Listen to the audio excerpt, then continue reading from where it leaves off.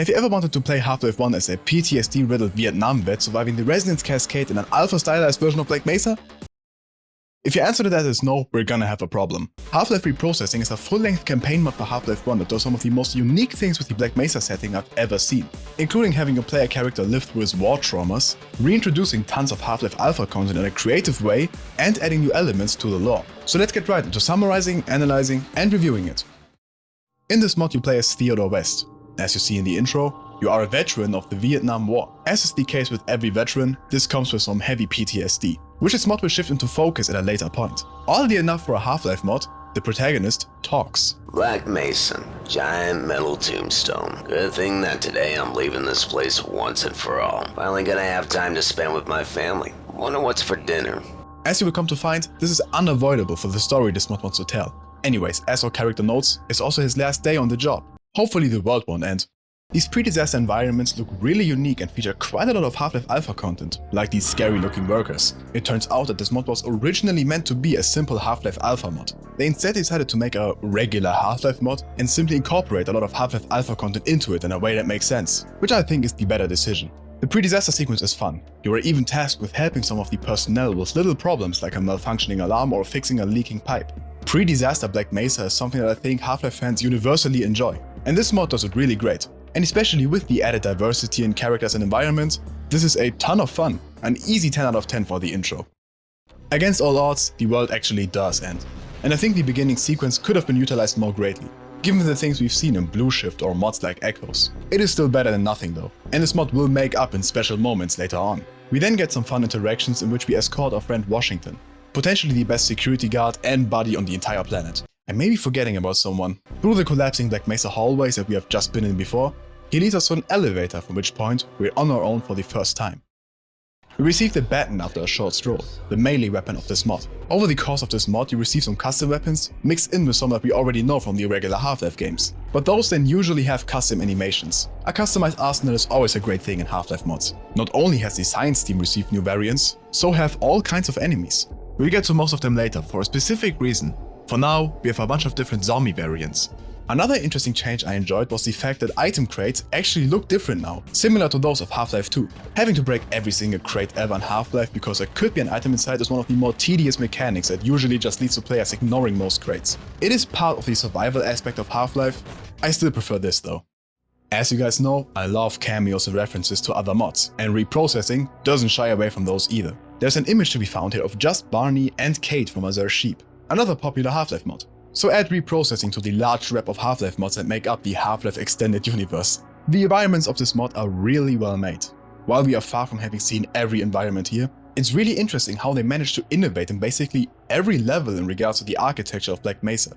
Even the office interiors look good, which I should mention more often, because you know, as a Black Mesa security worker myself, you really want to make sure you're spending your time on a quality chair and at a quality desk. Which is exactly what today's sponsor FlexiSpot can provide you. No kidding, the C7 Morpher is genuinely the most comfortable and most versatile chair I've ever sat on. And I'm not forced to say this is just my legit opinion. Not only is it adjustable in basically every way ever, it also promotes you to sit straight by having a great adjustable backrest. I've been using this chair for over a month now and I genuinely couldn't be happier. And also couldn't possibly imagine going back to my shitty old gaming chair that I had before. At FlexiSpot you actually get what you paid for, unlike the average gamer chair brand where the name makes up most of the price. And most importantly, unlike the average gaming chair brand, the chair you get at FlexiSpot is actually really good. And just as good as this chair is the FlexiSpot E7 Pro adjustable desk. It was easily set up and allows me to do some good for my health by either standing at my desk or run on a treadmill. This is what you call productivity. At FlexiSpot you can freely choose what color frame you want, what kind of material you want your tabletop to be, and quite a lot more. If you've recently been thinking about upgrading your workspace, don't go for the cheapest option. After all, you're gonna spend countless hours sitting at it. In only a few days, as of the release of this video, there will be a huge sale where you can save up to 50% on your entire cart. I can seriously only recommend upgrading your setup with FlexiSpot. The best office furniture a Black Mesa worker can wish for. So click on the link in the description and start shopping for your dream setup. Thank you once more to FlexiSpot for sponsoring this video. 10 minutes after the resonance cascade, you get your first story-relevant instruction. You are told to find Dr. Harper. And find Dr. Harper we do. He has a unique model and some good voice acting, which I will talk more about after we hear him speak. The path to the extraction point is a mess. Probably blocked solid. Thankfully, this mod went out of its way to add subtitles, which even though I liked the voice acting, were needed at times. And unbeknownst to us yet, Dr. Harper will play an important role in this mod. Following Dr. Harper's instructions, you climb through the vents to find a way to the extraction point. This is where the main gameplay loop truly begins. As I said, the environments are incredible, and that's the one thing this mod has going for it the most. Unlike most mods, Reprocessing doesn't just recycle old aesthetics we've already seen in previous Half-Life games. It also remixes and combines them to create entirely new ones. The fact that I play around with the lighting quite a lot also helps. A new enemy is introduced in this mod, zombie Vortigons. In Trophy 02 would go on to shamelessly steal this 5 years in the past. No, but seriously, these guys are really cool. They don't behave too differently from regular Vortigons, but I appreciate the variation. We then meet another great character of this mod, the Tank Top Scientist, otherwise known as Madman. Oh, finally! Someone started doing their job properly. He offers to help you on your path by opening a door. We leave him behind for the time being shortly afterwards, but worry not, he will return. We see a security guard who in the subtitles is simply called Traitor. We find another guard who seems to have been shot by this traitor, and he talks about Harper. Bastard Harper. He's an Aperture Science spy. What a worm. The world is ending, but he is still loyal to the corporation. This had me soy-facing at my screen. I love when mods go ballsy with the lore, adding in entirely new aspects and ideas. To think that an Aperture Science spy was somehow involved in the Resonance Cascade happening is so cool. And it could make sense. Aperture Science and Black Mesa famously have a rivalry going on. And them sending someone to sabotage something is far from unlikely. The intent likely wasn't for the world to end, but that's perhaps the part that G-Man played in all this. In fact, if we are going to include this mod in our collective headcanon, the G-Man likely puppeteered the spy to be sent to Black Mesa, and got him to do exactly what he had to do so the Resonance Cascade happens. This could honestly make for an interesting short prequel to Reprocessing, where you play as Dr. Harper, sabotaging small bits and pieces of Black Mesa before the disaster. Well anyways, it's now our goal to hunt down the Harper, because why wouldn't it be? Dr. Harper, more like Dr. Lapper. At this point I'd like to mention the absolutely awesome soundtrack of this mod. It features quite a few songs that all really elevate the vibe and uniqueness of this mod. And as usual in my videos, and you likely know by now, I've been using this mod's music for most of this video and will continue doing so. Before actually hunting for Harper, we meet a security guard that gives us a side quest, which is reaching the communication center, as he suspects that it may still be working and could help us send out a message. The communication center is a cut chapter of Half-Life 1, portions of which were recycled for later games. Are you guys perhaps interested in a video where I cover the cut chapters of Half-Life 1? If so, let me know. The stroll to the communication center is rather short and uneventful. For perhaps the most eventful event yet though, after discovering that the communication center has been destroyed, the security guard that led us here grabs his head in terror and simply disappears in front of our eyes. Jesus Christ. This is hinting at something much grander going on, and the answer for what exactly that is exactly what most of this mod will revolve around. By this time we happen to have both the M16 and MP5 by the way, which will finally truly unite the HD and original model fans. Now who am I kidding, that war will last forever. Notably we also get quite a few puzzles, which is quite unique for a Half-Life 1 mod. There's only so much you can do in the Gold Source engine, and there are only so many puzzles you can really do. And while we certainly get a lot of the common Half-Life 1 puzzles, this mod also features some that are slightly unique at least. This also includes a short on a rail-like segment. It's short and sweet though, unlike the one of Half-Life 1 which most people hate. A lot of you enjoyed me interacting with the background footage in my last video, and I haven't really found an opportunity to do it yet in this video, so I thought I'd just do this. You guys happy? Next we get introduced to another somewhat important group of characters, as we listen in on a conversation they're having about Frostfang's news. Man, this new Frostfang's news is something new. Freeze bounce like a bitch. Nah, I think Cuban cigars are better.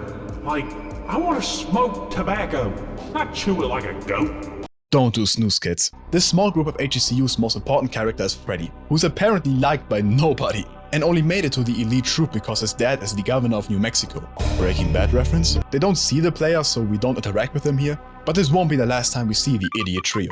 Like every mod ever, this mod also features an introduction to barnacles. I mentioned this in my last video already, but it feels like a must at this point for every mod to feature an introduction to barnacles. And I wouldn't want it any other way. Aside from barnacles, the cut panther eyes are also introduced here, by which I mean you're confronted by one with absolutely zero preparation.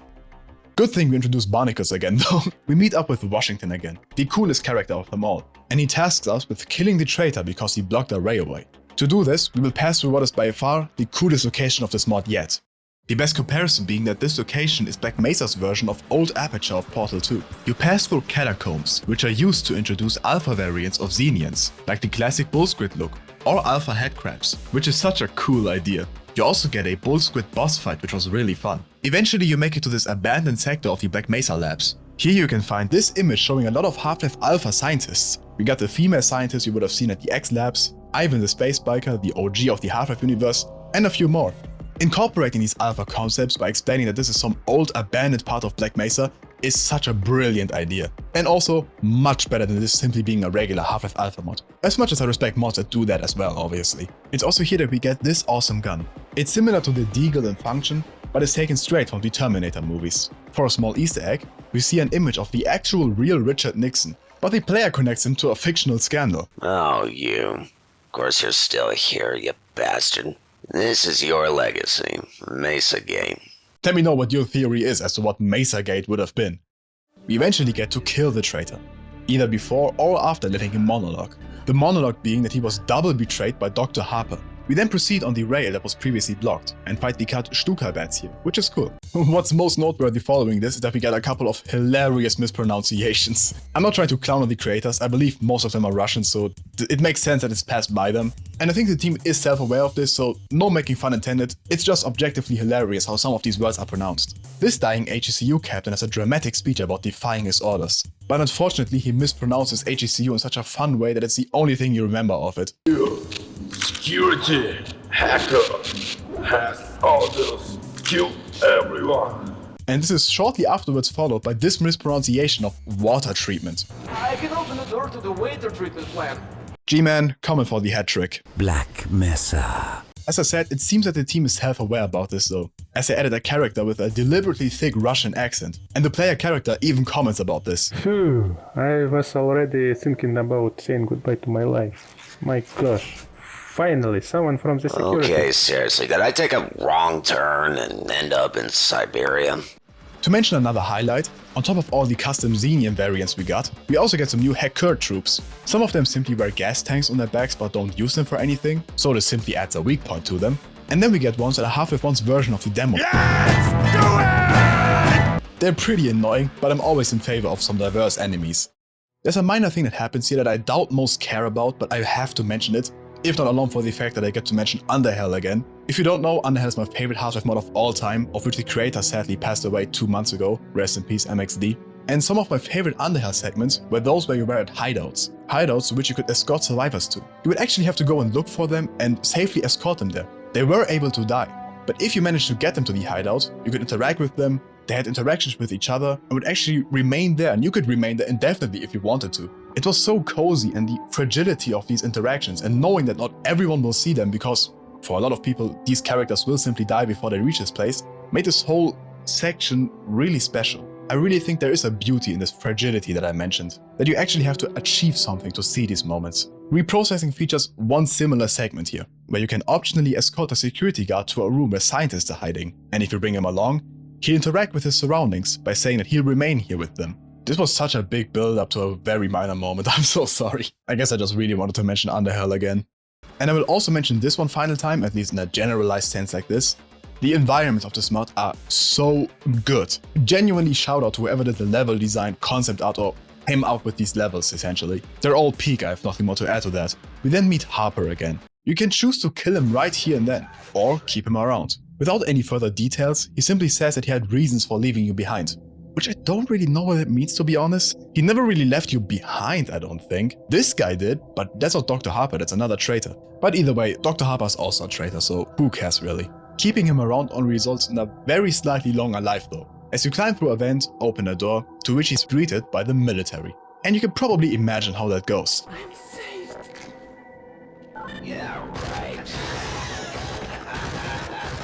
From this point forward, for a long time, this mod takes place on the surface, and once again, it nails the visuals. The sun is setting for most of these levels, using a beautiful skybox that shines a pink and orange light on the buildings. Genomes return here too, and security variants of them have been added. We then enter the final act of this mod as we meet up with the tank top scientist again, who leads us to a new weapon, a railgun. This weapon is awesome, but we unfortunately only get to keep it for a short time. He also tells us about our next objective and the overall goal of this mod. He starts by telling us that MK Ultra was complete bullshit, Quite a way to start a sentence, I know. But he adds that they had success with one experiment, IG-91, an entity with psionic powers powerful enough to influence governments. It is now up to us to take care of it, since it would grow too powerful otherwise. He even theorizes that it has played a part in all the events of Black Mesa up until now. To take care of it, we must make our way to the X-Labs. Yes, those X-Labs, the cut chapter of Half-Life 1. Before we get there though, the idiot trio makes a return and knocks us out. Smash the loser! Not bad, Freddy! Maybe I was right to get on your case after all! Well, yeah. I told you I'd be, Captain. Wouldn't be a Half-Life 1 mod without a knockout sequence. And this is where the mod's title really comes into play. Reprocessing is a term you would, given the Half-Life setting, automatically assign to a mechanical process in your head, like some of those seen in Black Mesa. There likely is a whole reprocessing sector of Black Mesa. To reprocess something is to make it usable again after it has already been used. Alternatively though, it's also a term used in therapy. In this case, reprocessing refers to reliving your memories with the goal of making you deal with them better. More specifically, traumatic memories. This can help relieve both mental and physical pain, interestingly enough. Our dear Theodore West is about to reprocess some of his memories, but not in a carefully controlled setting. Instead, he's simply forced to do it. After being knocked out, you awake in what looks to be a hospital. We see a zombie in a straitjacket. Walking outside, the sky is red, on fire. We jump into a pit to which we're in the middle of a jungle surrounded by zombified army men. We see a burning tent out of which we hear hellish screams. We then walk through catacombs to which we see the exact reason why this is all happening. An invisible wall blocks us, behind which the Kingpin appears. If you've played some Half-Life mods before, you're likely familiar with the Kingpin. It's a cut character of Half-Life 1 that still remains in the files alongside its animations, which is why you see it so often in Half-Life mods. The Kingpin is who the tank top scientist was talking about, and it's using its psionic powers to cause these nightmares of the Vietnam War that Theodore West fought in. It was the Kingpin that caused the reprocessing to occur. After we see it, the nightmare ends. It is now night. We lay in a pit amongst other victims of the idiot trio, about to be burned most likely. We then promptly take them all out. Freddy is not here and neither does he appear for the rest of the mod. I simply hope he made it out. A small minefield makes for what is most likely my least favorite part of this mod, as invisible mines are never really a fun gameplay element. I'm not even a huge fan of the giant mines of Half-Life 2 really, it's kinda just tedious. Washington the Goat then appears one more time before we make our way to the X-Lab, which is where Race X creatures start to appear. The X-Lab seems to mainly exist to study the Kingpin, but it's possible that they're also studying on all kinds of Race X creatures, and that in this mod's lore, the Kingpin is also a Race X creature. That was a lot of X's. I still prefer calling them Twitter labs to be honest. With the help of Dr. Tanktop, we make it down to the X-Lab. He stays behind, guiding us over the radio. While we don't know everything about the X-Lab chapter, we do have quite a few images. Some of them are recognizable because they will end up being reused in one way or another in Half-Life. Something that all of them show, however, is that the X-Labs have a very clean aesthetic. Clean surfaces all around, a lot of computers, and the Great Seal of the United States. The reason that is here is because of another cut aspect of Half-Life, the CIA. Before being reworked to the Black Ops, it was originally intended for the CIA to show up in Half-Life to clean up the mess of Black Mesa. There are merely 4 concept art images left of this, describing 4 different types of CIA enemies. I like most of Half-Life's cut characters, but honestly, I'm glad these were cut. These really don't fit into the Half-Life aesthetic we eventually got.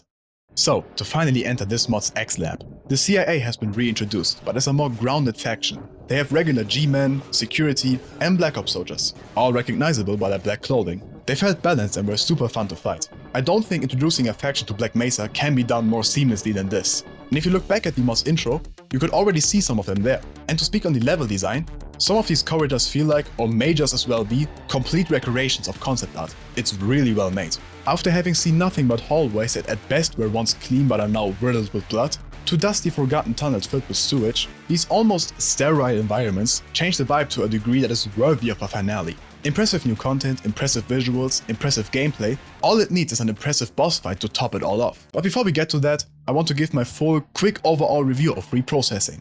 I went into this mod not expecting a ton. I hadn't heard of it before, and it had just released. Having played it now, I think this mod is currently aiming to become the Half-Life mod of the year, and I'd be surprised if anything knocks it off that throne. There are only very little problems I have with it. The main one that I haven't mentioned yet being that some plot elements don't really feel like they go anywhere.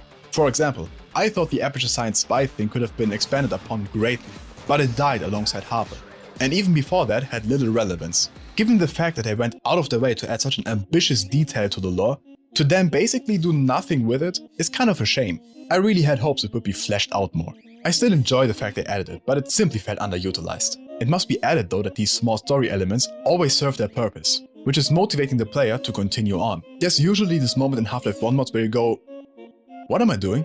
Obviously the overall goal is to escape the facility, right? But why not just climb up an elevator shaft or something? And Reprocessing greatly combats this by constantly giving you small tasks you have to do. And I think the build-up and eventual payoff of the Kingpin boss fight makes up for any story element that may have fallen a bit short. And while I would have been more critical of a speaking protagonist in the past, I don't like to hold this elitist way of thinking anymore where nobody can ever deviate from Valve's way. And instead view the world of Half-Life as a canvas for game developers to tell the story that they want in whatever way they want. After all, nobody would ever have a problem with a talking protagonist in a Half-Life animation, for example. And yeah, otherwise, the gameplay was fun, the enemies were well balanced, and you always had some sort of goal you were given. The soundtrack was awesome and it actually features quite a few songs. And for my personal highlight, there are so many new expansions of the events of Black Mesa that are all eloquently explained, either through dialogue or context clues. For one, it's that the player character has a backstory. Then it's the idea that Aperture Science had a hand in the resonance cascade happening. Or at the very least, believe they did. It may have been underutilized, but I still like it quite a lot. Adding alpha content in the form of an old abandoned part of Black Mesa was absolutely awesome. In fact, all types of alpha content they added as a whole, like the enemy variations, the communication center, the X-Lab, was all great. Adding back the CIA was great. It makes for a unique faction that I quite honestly hope to see other mods implement in some way as well. I'm not sure if the creators of this mod are fine with people using their content. Please ask them beforehand if you plan on making any mods. I hope they are, but it's their decision at the end of the day, obviously. And lastly, the introduction and portrayal of the Kingpin is the best I've seen in any Half-Life mod, which we'll get to right now. The final boss fight is against the Kingpin, and it actually uses its psionic powers. The reprocessing part really begins here. You get sent across different hellish nightmare levels that represent the PTSD Theodore West has from Vietnam, in which you mostly fight against the same zombified soldiers as before. These nightmares, as dark as the topic obviously is in real life, were intriguing to play through, and I like how hellish they kept it. The anti-war message is very clear. One that I hope everyone agrees with, though if you desperately want to die so that rich assholes can keep partying because some imaginary number stays green, feel free. Eventually, against all odds, you defeat the Kingpin, and with it, prevent a catastrophe that would have affected who knows how many. Imagine what would have happened if the Kingpin became strong enough to control Gordon, Adrian, the entire world, G-Man. Who knows? The mod doesn't end here though, far from it actually. You enter an elevator and escape the facility through what I believe is supposed to be the same path that Barney and his crew took at the end of Blue Shift. They theoretically don't look exactly the same, so I'm not sure. You then get a monologue before the post-credit scene. I don't know how I'll be able to live after the nightmare I've been through. The vile creature has thoroughly ravaged my skull, creating a personal hell for me where my former comrades and enemies tried to kill me, blaming me for their own deaths. How will I live in society after what I've been through? Is there even a society left? Maybe these creatures have already crawled into the cities. All we can do is keep going and hope. And then, the moment that made this mod become a mod of the year contender. You know him, the GOAT, Washington returns. Ted, man, am I glad to see you. Are you okay? Nah, man, I'm pretty far from okay. A true perfect ending. Go play this mod if you haven't yet. If you like my content and you really want to support me, because trust me, YouTube isn't doing so, then consider supporting me on Patreon. Any pledge helps, and at the benefactor tier you get access to exclusive videos and early videos like this one you're watching right now, and a lot more perks. So head over there and consider helping me. The link is on screen right now and in the description. Alternatively, just like, subscribe, comment, do like the hype boost thing. I don't know what it does, to be honest. And another great way to support me, just watch another video of mine. There's some on screen right here. I recommend this one. I talk about a cool Black Mesa mod here. And yeah, otherwise, thank you for watching.